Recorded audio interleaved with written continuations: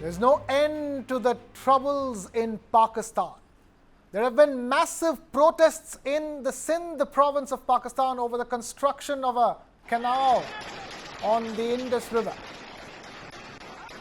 Angry protesters laid siege to Regional Home Minister Ziaul Hassan and set his house on fire.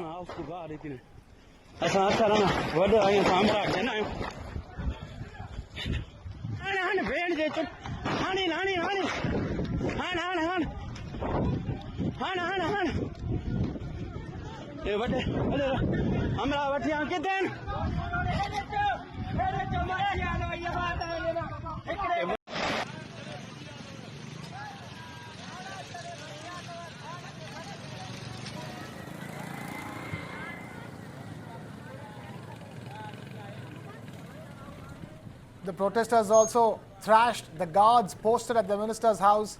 2 people have been killed in the clashes following the protests. The Sindh government had earlier announced plans for a $750 million project to build 6 canals on the river. Locals say that the canal project will worsen the water crisis in the region.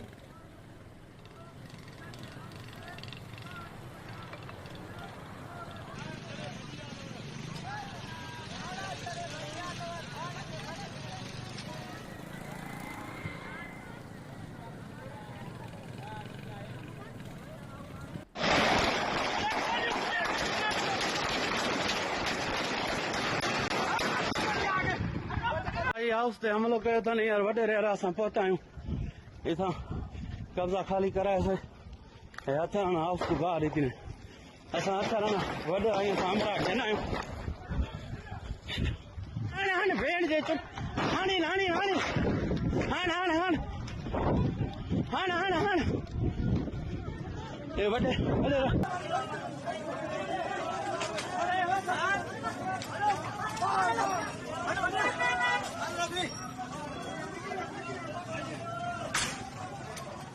Visuals on your screens are from the Sindh province of Pakistan, where angry protesters laid siege to the region's Home Minister Ziaul Hassan's residence and set his house on fire as well. They also thrashed the guards posted at his house. Visuals on your screens are of the protesters chasing the guards and thrashing them. So far, we understand that 2 people have been killed in these clashes following the protests against a canal project, a $750 million canal project set to be built on the river Indus. Locals are angry that this canal project will worsen the water crisis in the region.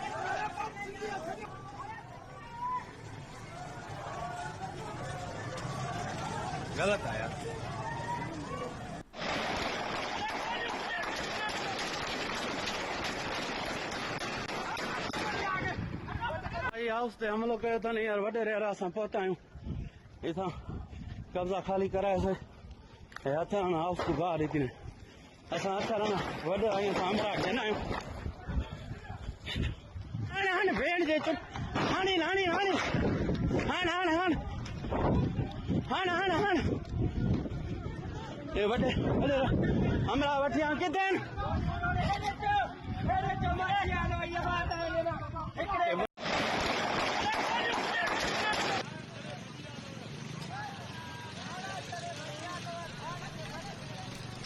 Right, these are the latest visuals from the Sindh province, where there have been massive protests over the construction of 6 canals on the Indus River.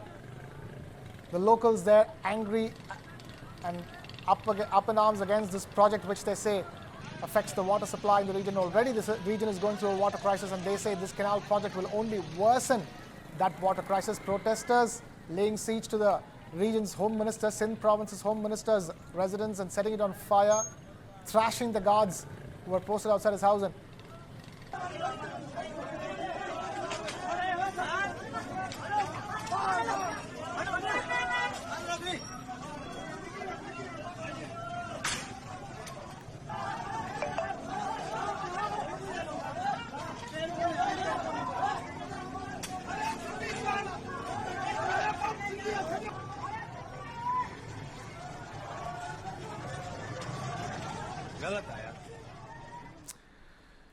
Now, even as India is making all-out efforts to expose Pakistan's links with terror, China is stepping up efforts to help end the isolation of Islamabad.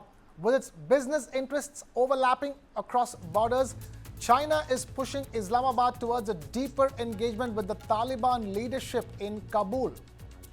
Now, the foreign ministers of all the three nations, China, Pakistan and Afghanistan, which is Wang Yi, Ishaq Dar and Amir Khan Muttaqi, met in China's capital Beijing on Wednesday for a trilateral dialogue. And Ishaq Dar, the foreign minister of Pakistan, is on his first foreign visit since the India-Pakistan conflict and Operation Sindoor following the Pahalgam terror attack. The Taliban government was among those that condemned the terror attack and challenged Pakistan's version of the events. And now, China is pushing Pakistan and Afghanistan, and they're mediating talks between them.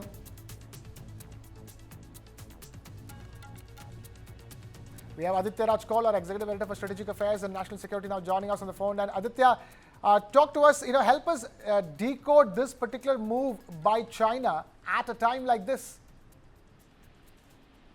Well, Krishna, this is a very interesting development coming just days after the India-Pakistan military confrontation. In Beijing, we are having a trilateral meeting between Taliban of Afghanistan, Pakistan, and of course China. China has also said that they are trying to mediate talks between the Pakistan and Taliban. You remember over the last 3 to 4 years, ever since Taliban took over in Afghanistan in 2021, there have been differences between the Taliban leadership in Afghanistan and, of course, the Pakistani deep state, that is the Pakistan Army and the ISI. Because for years together, the Pakistanis had given shelter to the Haqqani network and the Taliban in Pakistan, and they thought that Afghanistan and Taliban would work as their team B, and that too against India. But that didn't really work. It worked the other way around. Afghanistan and Taliban realized that India was giving a lot of aid to the people of Afghanistan, and at the same time was a very crucial and an important and critical trading partner of Afghanistan. And strategically also, India and Afghanistan have been very close. They've had cultural and historical ties as well. And Pakistan and Afghanistan have had their differences, be it at the border or otherwise between the political or the military leadership. So as of now, China is trying to broker peace between Taliban and Pakistan, but it's unlikely because in recent times, in the last 48 hours, India has sent a new trench of consignment of aid for those Afghan refugees who have been shunted out by Pakistan. And Taliban is not taking that lightly. And of course, you heard in the last few weeks when Vikram Misri also met Muttaqi and the leadership of the Foreign Ministry of Afghanistan. At the same time, Jaishankar, India's External Affairs Minister, had a phone conversation with his counterpart recently after the Pahalgam terror attack. And Taliban came out very strongly against the Pakistan sponsored terror attack in Pahalgam, Kashmir of India. And, China may try to broker a peace, but India and Taliban seem to be at a greater pace, increasingly on the same page. Aditya Rajkol there joining us for that big story. Thank you, Aditya, for bringing us that update. A shocking confession has emerged in the espionage case involving YouTuber Jyoti Malhotra, revealing her alleged deep links within Pakistan's intelligence network. In her statement to the police and investigating agencies, Jyoti Malhotra admitted to working on the instructions of the Pakistan High Commission. She claimed that she first visited the Pakistan High Commission in the year 2023 to apply for a visa. And there she met an officer named Danish, whose real name is believed to be Ehsan-ur-Rahim.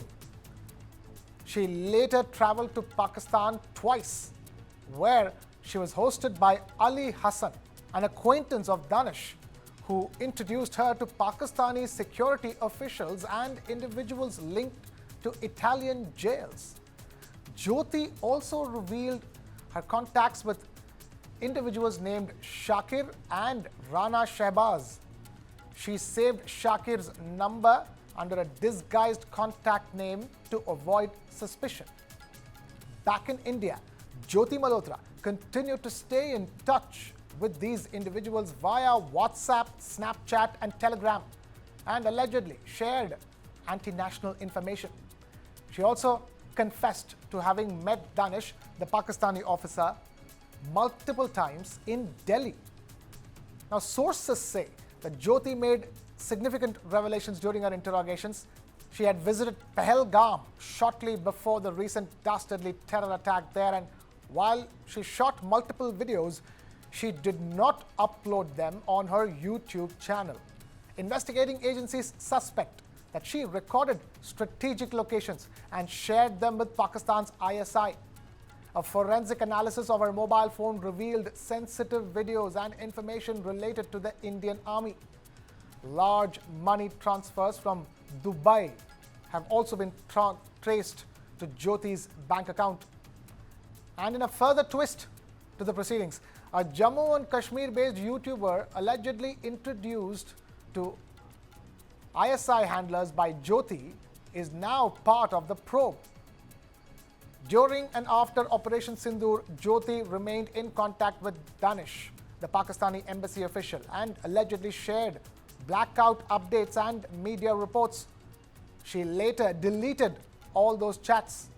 Investigators found that Jyoti used encrypted apps like WhatsApp, Snapchat, and Telegram to send visuals of sensitive sites like the Golden Temple and several tourist hotspots in Kashmir to Pakistani agents.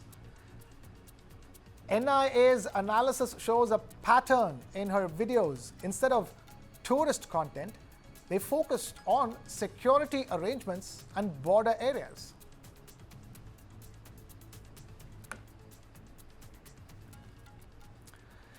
The body of an unidentified minor girl was discovered inside a suitcase near the old Chandapura railway bridge on the outskirts of Bengaluru, in the area adjacent to the busy Hosur main road.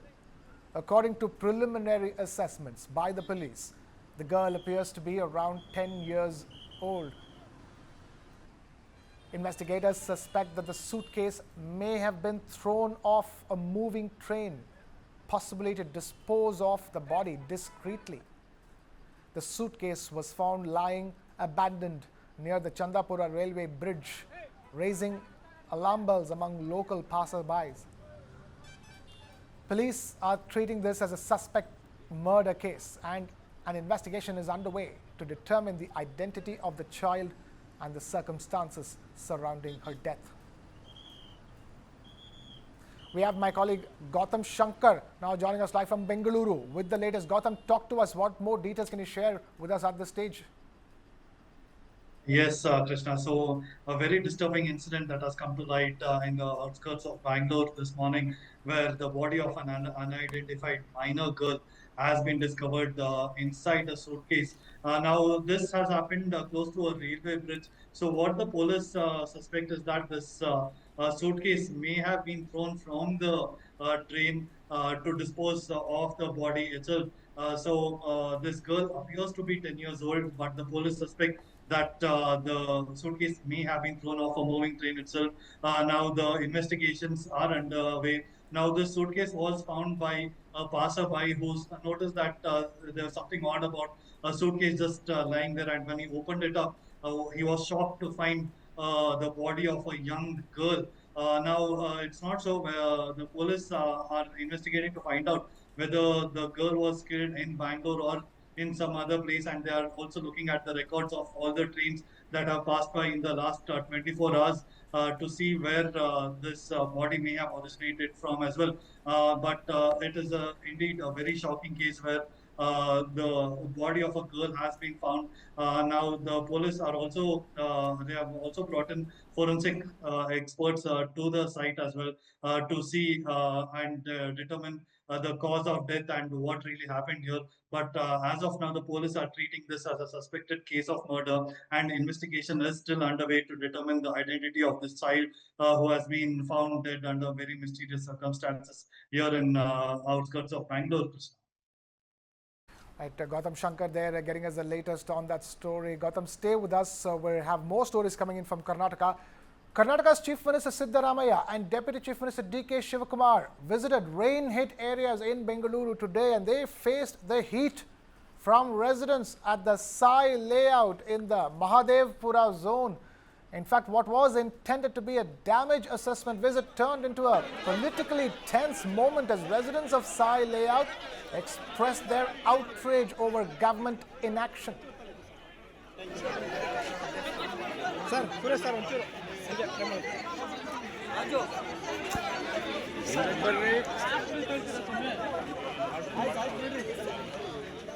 As soon as the Chief Minister and Deputy Chief Minister arrived at Sai layout, local residents grew agitated while Congress party workers raised slogans hailing the leaders. Frustrated residents confronted the Chief Minister's convoy with complaints about recurring floods and civic negligence.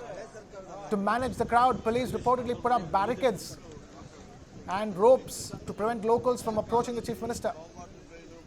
Residents criticized this as an attempt to avoid public accountability. Locals claimed that the Chief Minister conducted only a brief inspection from within his air-conditioned bus circling the area without stepping down to meet residents directly. This further fueled public anger, with some shouting in frustration as the bus drove past. Several residents, including women, broke down on the flooded streets, narrating how the rains had washed away their belongings and homes.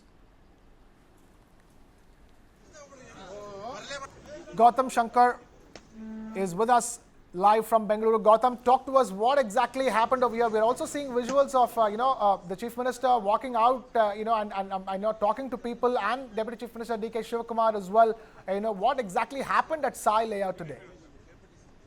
Yes, Krishna. So the pain of the residents of Sai layout was palpable in the footage that we see on our screens there. When Chief Minister Siddaramaiah and Deputy CM D.K. Shivakumar, they arrived there as part of their city rounds to basically inspect the flooded areas across Bangalore.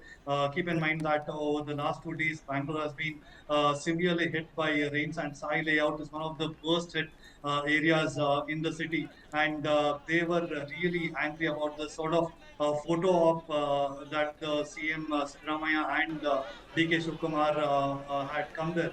So they basically said that how can you understand the pain while sitting inside an AC bus? And I could just listen to some of the women that they were speaking. They were speaking there as well. They said that this isn't a VIP roadshow, this is a humanitarian crisis, and they urged the Chief Minister and Deputy Chief Minister to wade into the same floodwaters that they, the citizens, have been stuck for days. Keep in mind that Sai layout, there was 4 to 5 feet of water for 2 days. It had entered their homes. Their people could not sleep there. Snakes were spotted over there as well. And the Chief Minister and Deputy Chief Minister just came there, and this was a sort of governance from distance, and this sort of disaster management from the government was really not acceptable to the people. The kind of they were just viewing the devastation through a window and waving at victims and just talking to them. They urged them to step out of the vehicles, come talk to us, and come see this as well. But following this sort of confrontation from the residents of Sai layout, both the Chief Minister and the Deputy Chief Minister beat a hasty retreat and left the spot as well. And now what we also witnessed is an MLA who was also confronted by the residents as well. They asked for accountability and asked for real solutions, and said that there's enough of this photo op visits. Not just about, and it's not just about Congress here, Krishna. We have to keep in mind that whether it's BJP or Congress or JDS, year after year, different governments come to power, but they are asking for permanent solutions, and this sort of stopgap measures that they come and implement here, this is not good enough right now, and that was the message that was conveyed by the residents here.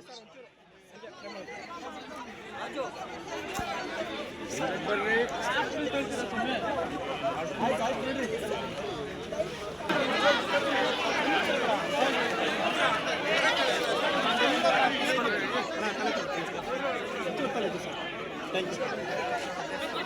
Sir, Suresh sir,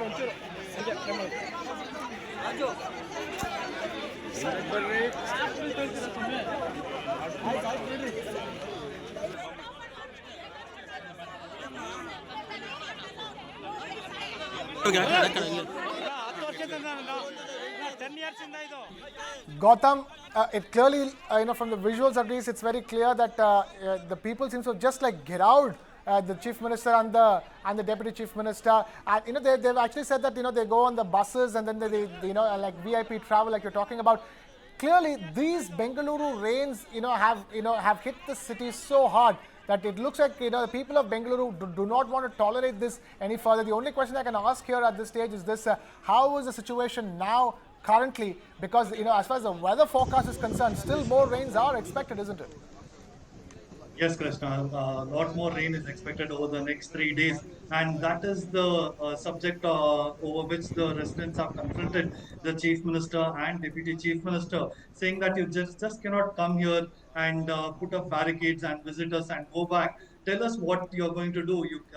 What's happened right now is that several motors were brought in just ahead of chief minister's visit, and the water was pumped out, and it was made to look like the area is sparkly clean, but that wasn't the case. For 2 years, for 2 days constantly, the people have been living in fear of the flood water entering their homes, and there were reptiles and snakes that have been entering their houses. That is the kind of situation that the people here have been living. Now, this particular area, Sai layout which comes in Hormavo in Mahadevpura zone, is basically known for this kind of floods happening year on year, and still no relief measures have been taken. And the BBMP officials just wash their hands of saying that this is an area that is situated in a low-lying area, and there's a storm water drain just very close to this place as well, which comes from a high elevation, and this has made it sort of a natural drainage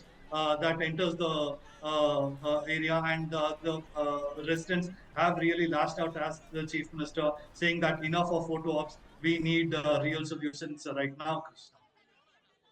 Shankar there joining us with the latest on the flood situation in Bengaluru. Thank you, Gautam, for joining us. Meanwhile, Kannada first sentiments have sparked a row in Karnataka yet again, and this time at State Bank of India's Chandapura branch in Bengaluru. A conversation between an SBI manager and a customer has now triggered a controversy as both refuse to speak in each other's language or find a middle ground. The SBI bank manager in Bengaluru refused to speak in Kannada, Karnataka's official language, while the customer insisted, repeatedly reminding her that, quote-unquote, this is Karnataka. When the customer asked the bank manager to speak Kannada, the manager sharply responded that she was not his employee and said that this is India. The persistent customer did not give up and asked if she would never speak Kannada, to which the manager replied no. The customer reminded the manager that since they were in Karnataka, she must speak in Kannada. He also cited the RBI rule that in respective states, banks should communicate in the official language of the state. The man who recorded the exchange urged viewers to teach the bank a lesson. The SBI manager, who initially refused to speak Kannada and said she never would, has, however, now issued an apology. Madam, Kannada ne baralla? Iri sir, matadi madam. ಏನು ಮಾತಾಡಲ್ಲ madam. Super. ನೀವು ಬ್ಯಾಂಕ್ಗೆ ನೋಡಿ ವೀಕ್ಷಕರೇ, ಇದು SBI bank ಚಂದಾಪುರದಲ್ಲಿರುವ SBI ಸೂರ್ಯ city back side ಅಲ್ಲಿ. ದಯವಿಟ್ಟು ನೀವು ಇದನ್ನ ಎಲ್ಲರೂ ಎಚ್ಚೆತ್ಕೊಳ್ಳೋಣ. ಕನ್ನಡ ವ್ಯಕ್ತಿಗಳು, ಕನ್ನಡ ನಾವು ಏನಿದ್ರು ಕನ್ನಡಿಗರು ನಾವು ಒಂದಾಗಲೇಬೇಕು. SBI ಬ್ಯಾಂಕ್ಗೆ ನಾವು ಬುದ್ಧಿ ಕಲ್ಸೋಣ. ಆಯ್ತು, ನೋಡೋಣ ಪ್ಲೀಸ್. ನೀವು ವಿಡಿಯೋ ಮಾಡ್ಕೊಳ್ಳಿ ಮೇಡಮ್, ನೀವು ವಿಡಿಯೋ ಮಾಡ್ಕೊಳ್ಳಿ ಪ್ಲೀಸ್. ಆಯ್ತು, ನೀವು ಹಿಂದಿ ಕನ್ನಡ ಮಾತಾಡಲ್ಲ ಅಂದ್ರಲ್ಲ, ಕನ್ನಡ ಮಾತಾಡೋದೇ ಇಲ್ಲ. ಓಹೋ, ಸೂಪರ್ ಮೇಡಮ್, ಸೂಪರ್. ಯಾರಿಗೆ ಆಗಲಿ ನೋವಾಗಿದ್ದರೆ ಕ್ಷಮಿಸಿ. ನಾನು ಕನ್ನಡದಲ್ಲಿ ವ್ಯವಹಾರ ಮಾಡಲು ಅನುಕೂಲ ಮಾಡಿಕೊಡುತ್ತೇನೆ. ಎಲ್ಲರಿಗೂ ಸಹಕರಿಸುತ್ತೇನೆ. Of the bank manager in question. Meanwhile, Karnataka's chief minister has now reacted to the row and condemned the behavior of the SBI branch manager. He appreciated the State Bank of India's swift action in transferring the official. Taking to social media platform X, He wrote, and I quote, "The behavior of the SBI branch manager in Suryanagara, refusing to speak in Kannada and English and showing disregard to citizens is strongly condemnable. We appreciate SBI's swift action in transferring the official. The matter may now be treated as closed. However, such incidents must not recur. All bank employees must treat customers with dignity and make every effort to speak in the local language. I urge Finance Ministry of India and Department of Financial Services to mandate cultural and language sensitization training for all bank staff across India. Respecting local language is respecting the people." Unquote.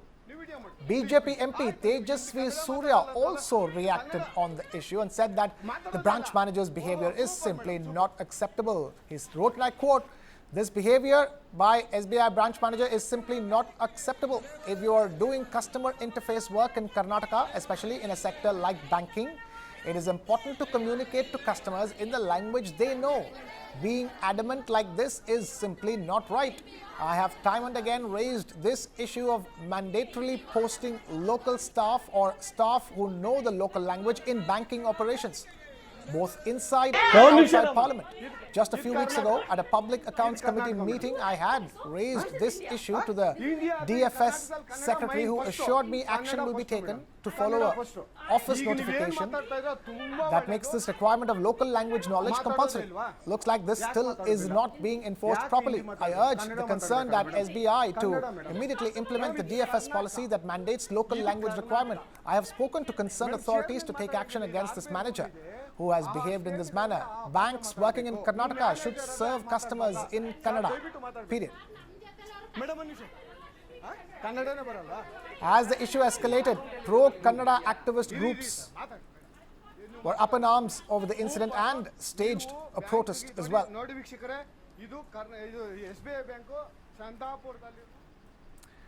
Now, it's a major breakthrough for security forces in Chhattisgarh. At least 26 Naxals have been killed in a massive encounter along the Narayanpur-Bijapur border.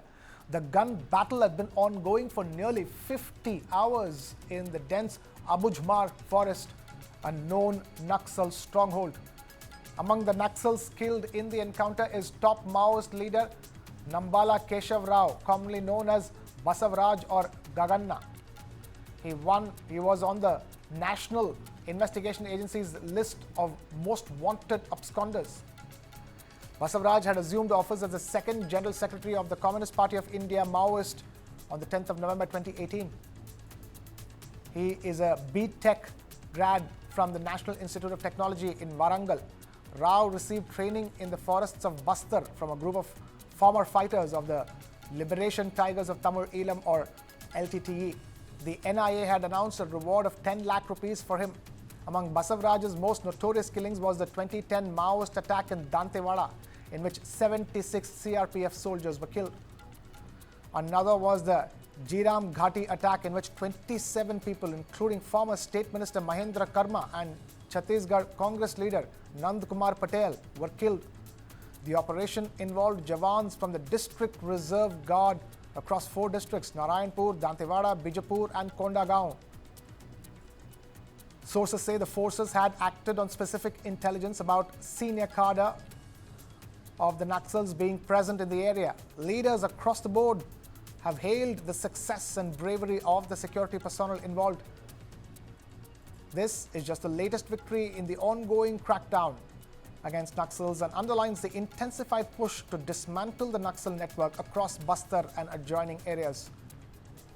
In August last year, India's Home Minister Amit Shah had issued a statement on the eradication of Naxalism, in which he said the government is committed to completely eradicating Naxalism from the country before March 2026. He said left-wing extremism is a menace related to human and national security, against which there is a need to work with double the speed and intensity to completely eradicate it before March 2026.